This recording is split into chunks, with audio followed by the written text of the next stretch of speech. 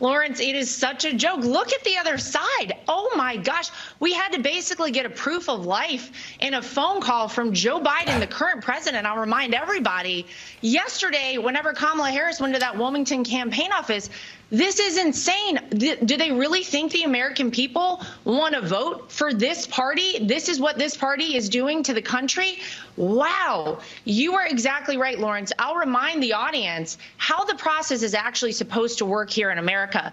These folks in Washington, D.C. actually work for us. We, the people, we are actually supposed to vote for them and elect them to these offices. And yet it appears a lot of people for a long time knew Joe Biden could not actually run this race and actually probably shouldn't be president of the United States right now. Right. And now they have coronated Kamala Harris.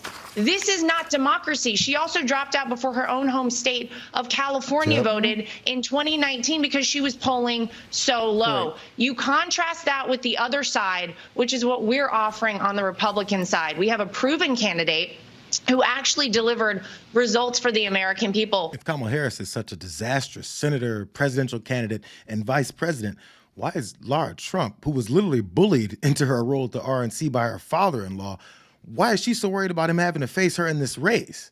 Republicans are even more afraid of Vice President Harris than they were 2 days ago on this watch list.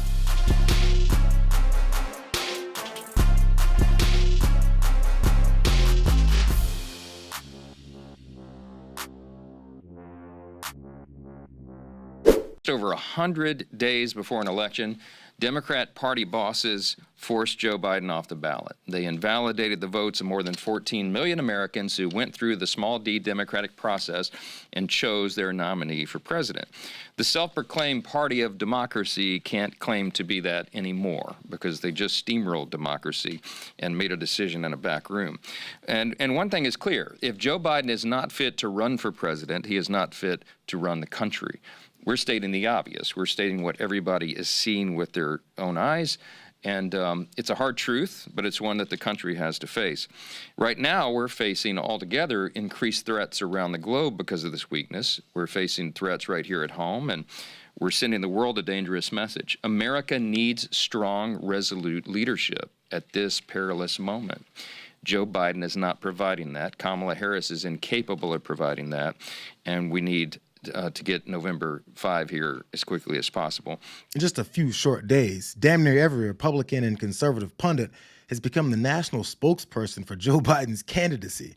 They went from saying he's inept and too old to run for president to declaring that it's unfair and just too damn hard to run a campaign against his vice president, who, get this, worked in the same administration that they can continue to run against. So since there aren't any policies for them to run on, they're left with the only option that they can think of: whining and crying.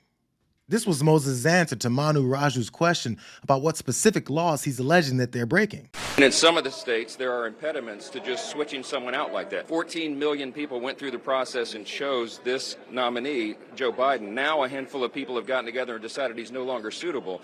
That's not how this system works. They are violating democratic principles. And I think that's a real problem, and I think there'll be a lot said about that in the days ahead. He said in some states that he couldn't come up with at the time that there are impediments to just switching someone out like that.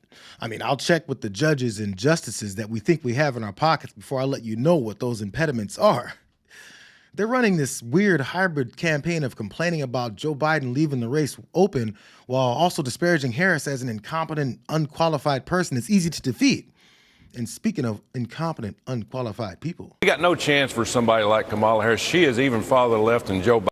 I didn't think they could pick anybody any worse, but they did. They picked somebody that's going to be, I think, their nominee. Now, former President Obama hadn't endorsed her, and that makes me think he might wait around a little bit to see if she's going to pick up her poll numbers. If she doesn't, they might put somebody else in her place. Oh. So he's going to set this out for a while. So we'll see what happens, but some of the people up here are starting to jump on the ship, but that makes no difference. Leave it to the former college football coach who made his entire life off of the backs of unpaid football players to randomly, out of nowhere, bring up former President Obama.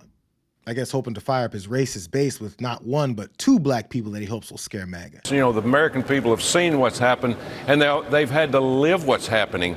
Larry, that's the main thing. They've had to live through this sorry economy that we're going through, the open borders that Kamala Harris herself has been in charge of. I mean, how can you put somebody in charge of a situation where you let 15, possibly even 20 million people come into our countries? Now, some of these people are good, but most of them are garbage.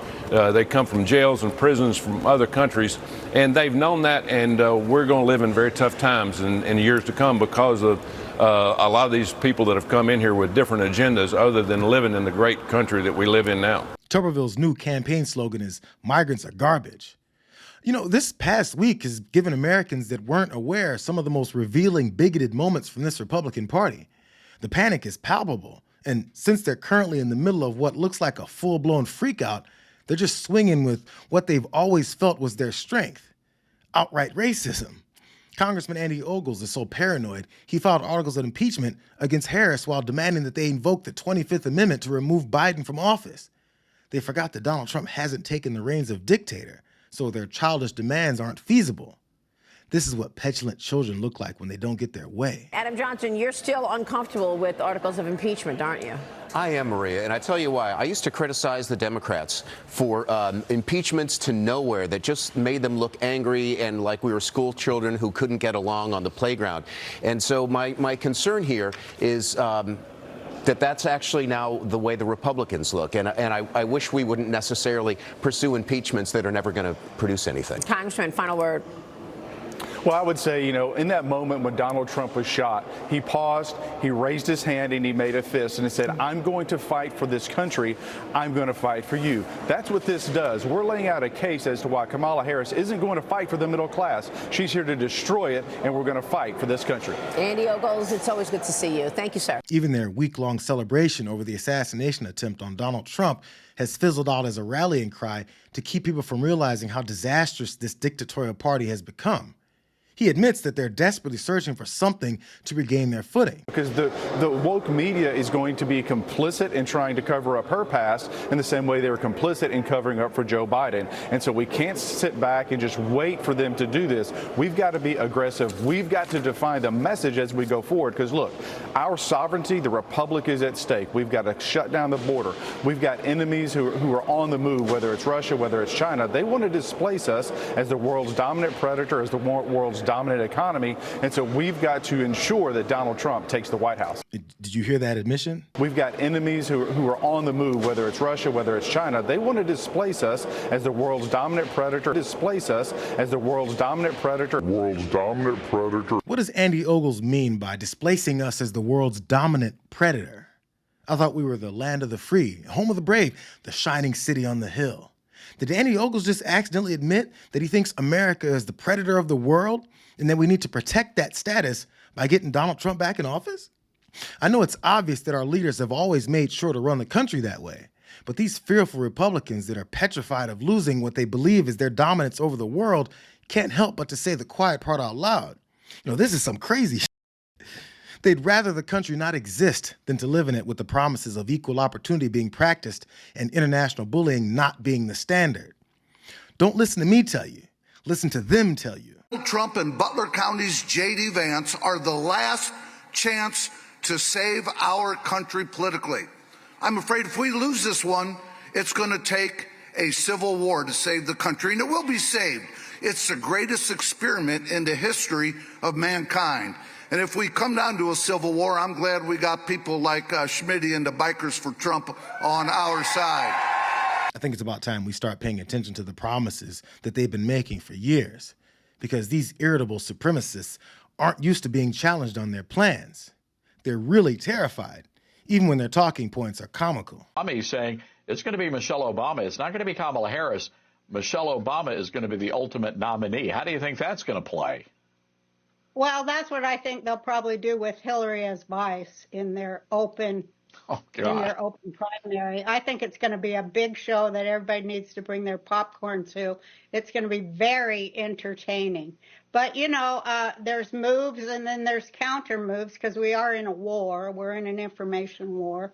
And so we'll see every move they make, the other side counters it. And it seems that they always lose. Whatever they come up with, they always lose. They lost the Jack Smith thing. They lost the New York thing. They lost the, when it goes to the Supreme Court, they always lose. But, of course, that's why they're trying to change the everything about the Supreme Court in pursuit of their hero Obama,